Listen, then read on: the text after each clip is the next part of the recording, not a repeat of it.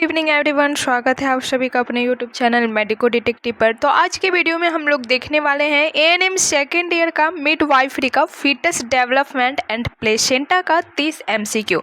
इसका जो है थ्योरी वो पढ़ा दिया गया है आप लोग को ऑनलाइन बैच में। तो आप लोग को इसमें 30 क्वेश्चन में एकदम 30 क्वेश्चन आना चाहिए। फटाफट आप लोग कॉमेंट बॉक्स में क्वेश्चन का आंसर कॉमेंट में लिखते जाइएगा, ठीक है। तो चलिए स्टार्ट करते हैं हम लोग पहला क्वेश्चन से। पहला क्वेश्चन आप लोग को स्क्रीन पे दिख रहा होगा कि पूर्ण अवधि पर एक सामान्य प्लेसेंटा का वजन लगभग कितना होता है। ऑप्शन ए में दिया गया है 250 ग्राम, बी में दिया गया है 500 ग्राम, सी में दिया गया है 750 ग्राम और डी में दिया गया है 1000 ग्राम। तो यहाँ पे बताइए कि जब फुल टर्म प्रेगनेंसी हो जाती है तो उस टाइम एक नॉर्मल प्लेसेंटा का वजन कितना हो जाएगा, मैच्योर प्लेसेंटा का वजन कितना हो जाएगा लगभग। तो इसका सही आंसर हो जाएगा ऑप्शन नंबर बी हो जाएगा सही, ठीक है। कि एक पूर्ण अवधि में एक सामान्य प्लेसेंटा का वजन लगभग कितना हो जाता है, 500 ग्राम, यानी कि आधा केजी हो जाता है, ठीक है। नेक्स्ट क्वेश्चन की बात करें कि नेक्स्ट क्वेश्चन क्या है, तो नेक्स्ट क्वेश्चन है प्लेसेंटा के वजन और शिशु के वजन का अनुपात लगभग कितना होता है। देखिए डायरेक्ट सवाल आ रहा है जो आप लोग को थ्योरी में पढ़ाया गया था। ऑप्शन ए में है 1:2, बी में है 1:4, सी में है 1:6, डी में है 1:10। तो प्लेसेंटा का वजन और शिशु के वजन का अनुपात जो है लगभग 1:6 होता है। ऑप्शन नंबर यहाँ पे सी जो हो जाएगा करेक्ट हो जाएगा। जो भी स्टूडेंट सी लगाए होंगे उनका बिल्कुल करेक्ट हो जाएगा। नेक्स्ट क्वेश्चन है कि एक सामान्य गर्भनाल में कितनी धमनी और सीरा होती है, कि एक अम्बलाइकल कॉर्ड में कितनी आर्टरी और वेन होती है। ये भी क्वेश्चन आप लोग को पढ़ाया गया है। ऑप्शन ए में है 2 आर्टरी 1 वेन, बी में है 1 आर्टरी 2 वेन, सी में है 2 आर्टरी 2 वेन और डी में है 1 आर्टरी और 1 वेन। तो एक अम्बलाइकल कॉर्ड में जो है लगभग 2 आर्टरी और 1 वेन होती है। कितनी होती है, 2 आर्टरी और 1 वेन होती है। ऑप्शन नंबर ए जो है करेक्ट हो जाएगा। जो भी स्टूडेंट ऑप्शन ए लगाए होंगे उनका बिल्कुल करेक्ट होगा। और जो थ्योरी पढ़े होंगे ना ऑनलाइन बैच में उनका तो एकदम बल्ले बल्ले होगा, सारा क्वेश्चन का सही जवाब लगाने वाले हैं वो। अगर आप लोग को भी ऑनलाइन बैच लेना है और थ्योरी का कॉन्सेप्ट क्लियर करके पढ़ना है और सारे क्वेश्चन का चाहते हैं कि मैं भी जवाब दूं इसी तरीके से, तो आप लोग एएनएम सेकेंड ईयर का फुल कोर्स सिर्फ 299 रुपया में ले सकते हैं। ये सिर्फ ऑफर आपको सोमवार तक दिया जा रहा है सावन के शुभ अवसर पर, जिसमें आपको मिलेगा live classes, live test, 10 year का previous year question, clear theory concept, 2000 plus MCQ मिलेगा। इतने सारे फीचर्स आपको मिलने वाले हैं सिर्फ 299 रुपये में। इसका ओरिजिनल फ़ी जो है 499 है, लेकिन आपको सोमवार तक सावन के शुभ अवसर पे आपके लिए ऑफर दिया जा रहा है सिर्फ 299 का। चलते हैं अपने टॉपिक पे। तो नेक्स्ट क्वेश्चन की बात करें तो नेक्स्ट क्वेश्चन है कि गर्भनाल की अम्बिलिकल वेन में किस प्रकार का रक्त बहता है। ऑप्शन ए में है शुद्ध रक्त, बी में है अशुद्ध रक्त, सी में है मिश्रित रक्त और डी में है कोई रक्त नहीं। एक अम्बिलाइकल कॉर्ड में अम्बिलाइकल वेन में किस प्रकार का रक्त होता है। ऑप्शन ए में है शुद्ध रक्त, तो बी में है अशुद्ध रक्त, सी में है मिश्रित रक्त, डी में है कोई रक्त नहीं। तो यहाँ पर सही आंसर हो जाएगा ऑप्शन नंबर ए, शुद्ध रक्त होता है। ऑक्सीजनेटेड ब्लड होता है अम्बिलाइकल वेन में, ठीक है। नेक्स्ट क्वेश्चन है कि प्लेसेंटा का निर्माण जो है गर्भाशय के किस भाग से मुख्य रूप से होता है। ऑप्शन ए में है डेसिडुआ कैप्सुलरिस, बी में है डेसिडुआ बेसिलिस, सी में है डेसिडुआ पाराइटेलिस, डी में है डेसिडुआ वेरा। तो प्लेसेंटा का निर्माण गर्भाशय के जो है डेसिडुआ बेसिलस भाग में होता है। ऑप्शन नंबर यहाँ पे बी जो है करेक्ट हो जाएगा, ठीक है। और जिनको इसका पीडीएफ चाहिए वो लोग सिर्फ 29 रुपये में ये पीडीएफ ले सकते हैं। और जिनको फुल कोर्स का पूरा पीडीएफ लेना है, बैच लेना है, लाइव क्लास पढ़ना है, तो वो आप लोग सिर्फ 299 में पूरा बैच ही ले सकते हैं, ठीक है। चलिए नेक्स्ट क्वेश्चन है कि प्लेसेंटा द्वारा स्रावित प्लेसेंटा द्वारा स्रावित होने वाला मुख्य हार्मोन कौन सा है जो गर्भावस्था का परीक्षण करने में मदद करता है? ऑप्शन ए में है एस्ट्रोजन, बी में है प्रोजेस्टेरॉन, सी में है HCG, डी में है ऑक्सीटोसिन। तो आप लोग को बताया गया था कि HCG का फुल फॉर्म याद कर लीजिएगा, तो किए हैं ना याद? HCG का full form human chorionic gonadotropin. तो यहाँ पे बताइए, आपसे पूछ रहा है कि प्लेसेंटा में जो स्रावित होता है मुख्य हार्मोन जो गर्भावस्था का परीक्षण करने में मदद करता है वो कौन सा हार्मोन है? तो उस हार्मोन का नाम क्या है? HCG। उस हार्मोन का नाम क्या है? HCG, जिसका फुल फॉर्म होता है human chorionic gonadotropin. Next question है कि पूर्ण अवधि पर अम्बिलिकल कॉर्ड की सामान्य लंबाई कितनी होती है? बताइए। जब फुल टर्म हो जाती है अवधि तो उस टाइम अम्बिलिकल कॉर्ड की समान लंबाई कितनी होती है?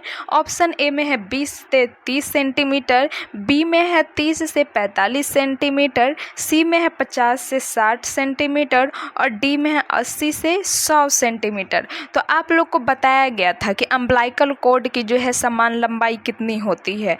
तो जब फुल टर्म हो जाती है तो उस टाइम अम्बिलिकल कॉर्ड की जो सामान्य लंबाई होती है वो होती है 50 से 60 सेंटीमीटर। क्या हो जाएगा? 50 से 60 सेंटीमीटर। ऑप्शन नंबर सी हो जाएगा करेक्ट।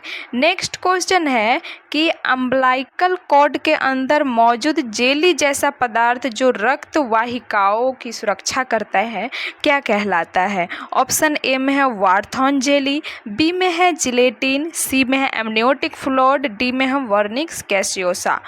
तो अम्बिलिकल कॉर्ड के जो अंदर में जो जेली जैसा पदार्थ होता है जो कि ब्लड वेसल की सुरक्षा करता है वो क्या कहलाता है? वो कहलाता है वार्थॉन्स जेली। ये आप लोग को पढ़ाया गया था ना वार्थॉन्स जेली, इसका आप लोग को ये भी बताया गया था, डेफिनेशन भी बताया गया था कि वार्थॉन्स जेली क्या होता है ना। नेक्स्ट क्वेश्चन है कि प्लेसेंटा का मातृपक्ष किस रंग का दिखाई देता है? चलिए, इस क्वेश्चन में तो एक कोई का आया भी था कि मैम मैटरनल सरफेस क्या होता है मातृपक्ष, तो बताई थी ना मैं बैच में कि प्लेसेंटा का मातृपक्ष जो है किस रंग का दिखाई देता है। ऑप्शन ए में है चमकदार गुलाबी या सफ़ेद, बी में है गहरा लाल, सी में है पीला, डी में है नीला। तो यहाँ पर सही आंसर हो जाएगा कि प्लेसेंटा का मैटरनल सरफेस जो है गहरा लाल कलर का दिखाई देता है। कैसा दिखाई देता है? गहरा लाल कलर का, डार्क रेड दिखाई देता है। नेक्स्ट क्वेश्चन है कि जब अम्बिलिकल कॉर्ड प्लेसेंटा के बीच के बजाय किनारे पर जुड़ जाए तो उसे क्या कहते हैं?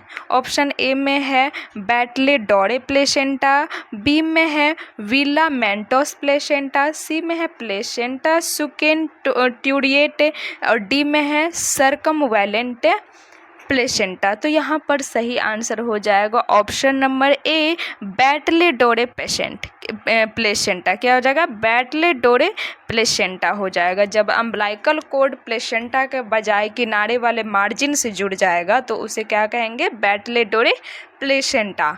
नेक्स्ट क्वेश्चन है कि प्लेसेंटा के मैटरनल सरफेस पर पाए जाने वाले छोटे छोटे जो खंड होते हैं उसे क्या कहते हैं? ऑप्शन ए में विलाई, बी में है कॉटिलेडॉन्स, सी में है फॉलिकल्स, डी में है सेगमेंट्स। तो प्लेसेंटा के जो मैटरनल सरफेस पे पाए जाने वाले छोटे छोटे लोब्स होते हैं उसको कहा जाता है कॉटिलेडॉन्स। उसको क्या कहा जाता है? कॉटिलेडॉन्स कहा जाता है। ऑप्शन नंबर यहाँ पर बी हो जाएगा करेक्ट। ठीक है, समझ में आ रही है सबको? जो तो थ्योरी पढ़े होंगे एकदम वो फटाफट मार रहे होंगे कमेंट में सही आंसर। जो नहीं भी पढ़े हैं वो याद कर लीजिए यहाँ पर आकर के। फुल कॉन्सेप्ट नहीं पढ़े हैं, सेल्फ स्टडी नहीं किए हैं, बैच लेके नहीं पढ़े हैं तो क्या इसको ऐसे ही याद कर लीजिए ताकि एग्ज़ाम में आपका ऑब्जेक्टिव ना छूटे। नेक्स्ट क्वेश्चन है एक सामान्य प्लेसेंटा में कुल कितने कॉटिलेड्स होते हैं? ऑप्शन ए में है 5 से 10, बी में है 15 से 20, सी में है 25 से 30, डी में है 35 से 40। तो एक सामान्य प्लेसेंटा में कुल कॉटिलेंस की बात करें तो वो हो जाता है 15 से 20। कितना होता है? 15 से 20 कॉटिलेंस होता है। और इसी को तो लोब भी कहा जाता है। लोब का जिक्र किया गया था ना, वही है। ठीक है, नेक्स्ट क्वेश्चन पे चलते हैं कि प्लेसेंटा का मुख्य कार्य क्या होता है। बताइए, आप लोग को बताया गया था कि प्लेसेंटा क्या है, प्लेसेंटा का मेन फंक्शन क्या है होता है। ये एग्जाम में पूछेगा, देखिए ऑब्जेक्टिव में भी पूछा है भाई, मस्त। प्लेसेंटा का मुख्य कार्य क्या है? ऑप्शन ए में है पोषण एवं श्वसन प्रदान करना, बी में है उत्सर्जन करना, सी में है एंटीबॉडी एवं हार्मोन स्थानांतरण, डी में है उपयुक्त सभी। तो यहाँ पर प्लेसेंटा का जो मुख्य कार्य हो जाएगा वो हो जाएगा उपयुक्त सभी। प्लेसेंटा तो पोषण एवं श्वसन भी प्रदान करता है, उत्सर्जन करता है, एंटीबॉडी एवं हार्मोन का ट्रांसफर भी करता है। तो यहाँ पे उपयुक्त सही हो जाएगा, ऑप्शन नंबर डी हो जाएगा करेक्ट यहाँ पे। नेक्स्ट क्वेश्चन है कि जब अम्बिलाइकल कोड की वाहिकाएं झिल्लियां से होकर गुजरती है तो उस स्थिति को क्या कहते हैं? ऑप्शन ए में है बैटले डोरे प्लेसेंटा, बी में है विलामेंटोस प्लेसेंटा, सी में है प्लेसेंटा प्रीविया, डी में है प्लेसेंटा एस्रिटा। तो जब अम्बिलाइकल कोड की वाहिकाएं झिल्ली से होकर के गुजरती है तो उस कंडीशन को कहा जाता है विलामेंटोस प्लेसेंटा। क्या कहा जाता है? विलामेंटोस प्लेसेंटा कहा जाता है। नेक्स्ट क्वेश्चन पे चलते हैं कि कौन सी एंटीबॉडी प्लेसेंटा को पार करके मां से भ्रूण में पहुंचती है? ऑप्शन ए में है IgA, बी में है IgG, सी में है IgM, डी में है IgE। अब बताइए IG का फुल फॉर्म। IG का फुल फॉर्म बताया गया था ना जी क्लास में। IG का फुल फॉर्म क्या हो जाएगा? इम्यूनोग्लोबिन। क्या हो जाएगा? इम्यूनोग्लोबिन। तो कौन सी एंटीबॉडी प्लेसेंटा को पार करके मां के भ्रूण में पहुंचती है?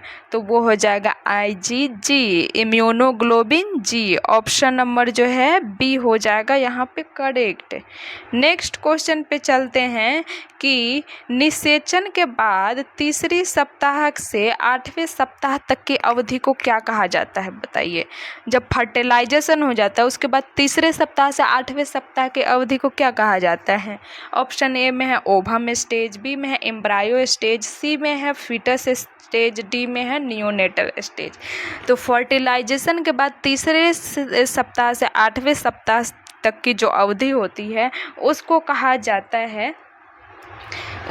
जाता है एम्ब्रायो स्टेज। उसको क्या कहा जाता है? Embryo stage. Option number B हो जाएगा करेक्ट।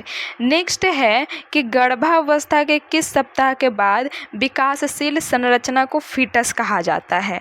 ऑप्शन ए में है 2 सप्ताह बाद, बी में है 4 सप्ताह बाद, सी में है 8 सप्ताह बाद और डी में है 12 सप्ताह बाद। तो गर्भावस्था के जो है 8 सप्ताह बाद जो है 8 सप्ताह के बाद जो विकासशील संरचना होती है उसको कहा जाता है फीटस। उसको क्या कहा जाता है? फीटस कहा जाता है, यानी कि 9वें सप्ताह में। गर्भावस्था के 9वें सप्ताह के बाद जो विकासशील संरचना होती है उसको क्या कहेंगे? फीटस कहेंगे। 8वें सप्ताह के बाद यानी कि 9वें सप्ताह से। नेक्स्ट क्वेश्चन है कि भ्रूण के दिल की धड़कन को सबसे पहले डॉपलर द्वारा किस सप्ताह सुना जा सकता है? ऑप्शन ए में है 4 से 6 सप्ताह, बी में है 10 से 12 सप्ताह, सी में है 18 से 20 सप्ताह और डी में है 24 सप्ताह। तो यहाँ पर सही आंसर हो जाएगा कि भ्रूण के दिल की धड़कन यानी कि फीटल हार्ट रेट को सबसे पहले डॉपलर द्वारा जो है 10 से 12 सप्ताह में सुना जा सकता है। कब सुना जा सकता है? 10 से 12 सप्ताह में। ठीक है, नेक्स्ट क्वेश्चन पे चलते हैं कि सामान्य भ्रूण की हृदय गति प्रति मिनट कितनी होती है? तो ये भी बताया गया था कि नॉर्मल फीटल हार्ट रेट कितना होता है भ्रूण का। ऑप्शन ए में है 70 से 100 बीट पर मिनट, बी में 120 से 160 मिनट्स पर मिनट, सी में है 160 से 200 बीट्स पर मिनट, डी में है 60 से 80 बीट्स प्रति मिनट। तो यहाँ पर सही आंसर हो जाएगा कि एक नॉर्मल फीटल हार्ट रेट जो होती है वो कितनी होती है? 120 से 160 पर मिनट। कितनी होती है?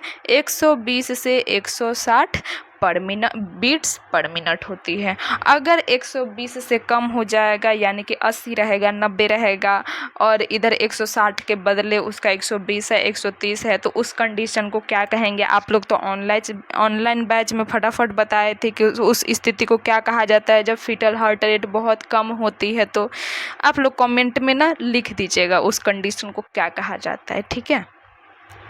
नेक्स्ट क्वेश्चन है कि माँ द्वारा भ्रूण की पहली गति का अनुभव करना क्या कहलाता है? ऑप्शन ए में है लाइटनिंग, बी में है क्विकनिंग, सी में है एंगेजमेंट, डी में है मोल्डिंग। तो माँ द्वारा भ्रूण की पहली गति यानी कि फर्स्ट मूवमेंट का अनुभव करना क्या कहलाता है? क्विकनिंग कहलाता है। क्या कहलाता है? क्विकनिंग कहलाता है। ये जो आपको पढ़ाए थे कि सेकेंड ट्राइमेस्टर में सुनाई देता है फर्स्ट मूवमेंट भ्रूण के द्वारा, ठीक है, उसको क्विकनिंग कहा जाता है, ठीक है। नेक्स्ट क्वेश्चन पे चलते हैं। तो नेक्स्ट क्वेश्चन है कि मल्टी ग्रेविडा माँ में क्विकनिंग का अनुभव आमतौर पर किस सप्ताह में किया जाता है? ऑप्शन ए में है 12 से 14 सप्ताह, बी में है 16 से 18 सप्ताह, सी में है 20 से 22 सप्ताह, डी में है 24 से 26 सप्ताह। तो मल्टी ग्रेविडा का मतलब क्या हो गया? आप लोग को बताया गया था कि मल्टी ग्रेविडा मतलब क्या होता है? एक से अधिक बार माँ बन रही है। और मल्टी ग्रेविडा का मतलब क्या हुआ? एक से अधिक बार माँ बन रही है, ठीक है। तो उसको जो है क्विकनिंग का पहला अनुभव किस सप्ताह में होता है? ऑप्शन ए में है 12 से 14 सप्ताह, बी में है 16 से 18 सप्ताह, सी में 20 से 22 सप्ताह और डी में है 24 से 26 सप्ताह। तो मल्टी ग्रेविडा माँ में क्विकनिंग का अनुभव जो है आमतौर पर होता है 16 से 18 सप्ताह में। कब होता है? 16 से 18 सप्ताह में होता है।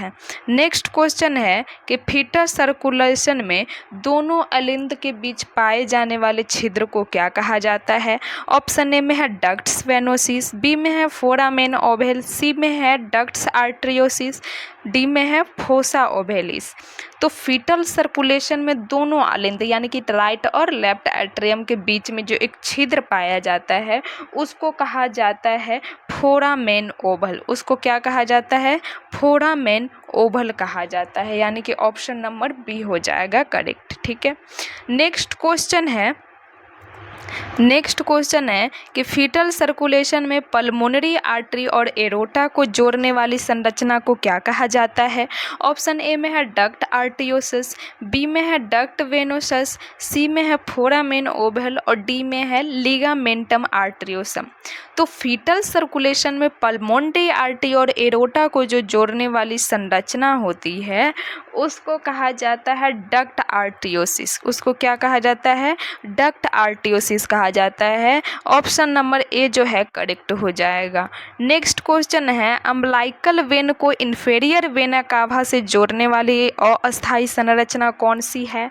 ऑप्शन ए में है डक्ट आर्टरियोसिस, बी में है डक्ट वेनोसिस, सी में है फोरामेन ओवल, डी में है लिगामेंटस टीरेस। तो अम्बलाइकल वेन को इन्फीरियर वेना कावा यानी कि आईवीसी से जोड़ने वाली जो टेम्परेरी संरचना होती है उसको कहा जाता है डक्ट वेनोसिस। उसको क्या कहा जाता है?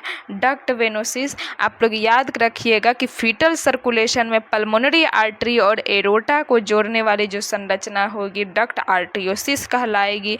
वही अम्बलाइकल वेन को इन्फीरियर वेना कावा से जोड़ने वाली जो अस्थायी संरचना होगी वो डक्ट वेनोसिस कहलाएगी, ठीक है।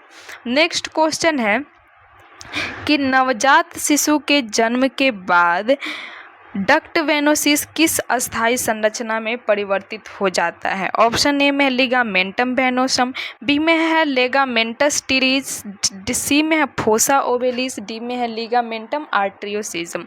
तो नवजात शिशु के जन्म के बाद डक्ट वेनोसिस जो है लिगामेंटम वेनोसिस की अस्थायी संरचना में परिवर्तित हो जाता है, यानी कि ऑप्शन नंबर यहाँ पे ए है जो है करेक्ट हो जाएगा, ठीक है।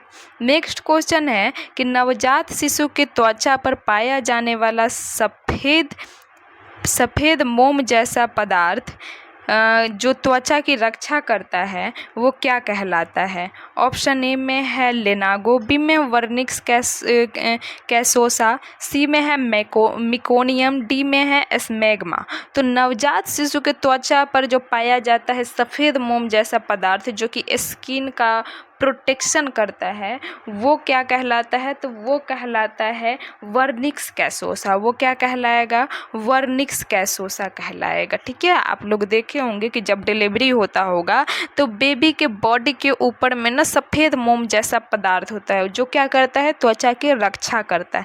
उसका नाम क्या होता है? वर्निक्स कैसोसा। ठीक है, नेक्स्ट क्वेश्चन है कि भ्रूण के शरीर पर पाए जाने वाले बारीक मुलायम बालों को क्या कहा जाता है? ऑप्शन ए में है लेनागो, बी में है वर्निक्स, सी में है विलस हेयर्स, डी में है सिलिया। तो भ्रूण के शरीर पर जो पाए जाने वाले बारीक और मुलायम बाल होते हैं उसको कहा जाता है लेनागो हेयर। उसको क्या कहा जाता है? लेनागो हेयर कहा जाता है। आप लोग को पढ़ाया गया था थ्योरी में। ठीक है, नेक्स्ट क्वेश्चन है कि भ्रूण का पहला मल मूत्र जो कि गहरा हरा काला होता है क्या कहलाता है? ऑप्शन ए में है वर्निक्स, बी में है मिकोनियम, सी में है लॉकिया, डी में है स्मेग्मा। तो भ्रूण का जो पहला मलमूत्र होता है जो कि गहरा काला रंग का होता है उसको कहा जाता है मिकोनियम। उसको क्या कहा जाता है? मिकोनियम कहा जाता है। नेक्स्ट क्वेश्चन है कि पूर्ण अवधि पर एम्नियोटिक फ्लूइड की सामान्य मात्रा कितनी होती है? ऑप्शन ए में है 200 से 300 ml, बी में है 600 से 800 ml, सी में है 1500 से 2000 ml, डी में है 3000 ml। तो यहाँ पर सही आंसर क्या हो जाएगा? फटाफट कमेंट बॉक्स में लिखिए। अगर आप लोग भी सोचते हैं कि जैसे ऑनलाइन बैच वाले लोग फटाफट कमेंट कर रहे हैं सही आंसर ऑब्जेक्टिव क्वेश्चन का, आप भी उसी तरीके से आंसर करना चाह रहे हैं फुल कॉन्फिडेंस के साथ, तो आप भी एएनएम सेकेंड ईयर का फुल कोर्स सिर्फ अभी ऑफर टाइम में ओनली 299 में आप फुल कोर्स ले सकते हैं, जिसमें आपको मिलेगा live classes, live test, 10 year का previous year question, 2000 plus MCQ, clear theory concept मिलेगा। तो इसके लिए आप आज ही ज्वाइन कर लीजिए मेडिको डिटेक्टिव का टेलीग्राम और जा कर के मैसेज करिए, डायरेक्ट मैसेज करिए कि मैम बैच लेना है मुझे, देन आपको ऑनलाइन बैच दे दिया जाएगा और आप भी अपना थ्योरी के कॉन्सेप्ट को क्लियर करिए और सारे MCQ के कॉन्सेप्ट को भी क्लियर करिए, टेस्ट लगाइए, लाइव क्लास लीजिए। इतने सारे आपको फीचर सिर्फ 299 में मिलेंगे। ठीक है, और आपको सिर्फ PDF लेना है इस वीडियो का तो भी आप ले सकते हैं सिर्फ 29 रुपये में। टेलीग्राम पर जाकर आप लोग मैसेज कीजिए, टेलीग्राम का लिंक आपको मिल जाएगा इसी डिस्क्रिप्शन बॉक्स में। हर एक वीडियो के डिस्क्रिप्शन बॉक्स में आपको टेलीग्राम का लिंक मिल जाएगा, आप लोग उस लिंक पर जाकर ज्वाइन हो सकते हैं और अपनी बातों को रख सकते हैं वहाँ पे। ठीक है, चलिए तो इसका सही आंसर क्या हो जाएगा कि पूर्ण अवधि पर एमनियोटिक द्रव की सामान्य मात्रा जो है लगभग होती है 600 से 800 ml। कितना होती है? 600 से 800 ml होती है। नेक्स्ट और लास्ट क्वेश्चन है आज का कि एमनियोटिक द्रव की मात्रा 2000 ml से अधिक हो जाने पर उस स्थिति को क्या कहते हैं? तो यहाँ पर सही आंसर हो जाए ऑप्शन में दिया गया है ओलिगोहाइड्रामेनियोज, बी में है पॉलीहाइड्रामेनियोज, सी में है एनीहाइड्रामेनियोज और डी में है नॉर्मल लिक्विड। तो एम्नियोटिक द्रव की मात्रा जहाँ 2000 ml से अधिक हो जाती है उस कंडीशन को कहा जाता है पॉलीहाइड्रामेनियंस। क्या कहा जाता है? पॉलीहाइड्रामेनियंस, यानी कि ऑप्शन नंबर जो है बी हो जाएगा करेक्ट। और आप लोग बताइए कि कैसा लगा आप लोग को ये वीडियो, फटाफट कमेंट में लिख दीजिएगा और लाइक ज़रूर कर दीजिएगा ताकि उससे मुझे लगे कि बच्चों को इसी तरीके की वीडियो चाहिए और आगे भी इस तरीके की वीडियो बनाई जा सके। इसके लिए लाइक ज़रूर कर दीजिएगा, कमेंट भी कर दीजिएगा और नए हैं तो चैनल को सब्सक्राइब कर लीजिए और टेलीग्राम पर जाकर के ज्वाइन हो जाइए। वहाँ पर आपको सारे इन्फॉर्मेशन मिलेंगे, कब एग्ज़ाम होंगे, कब कौन सा वीडियो आया है, तो आपको सारी चीज़ का इन्फॉर्मेशन लेना है तो टेलीग्राम पर चले जाइए, ज्वाइन हो जाइए वहाँ पे। ठीक है।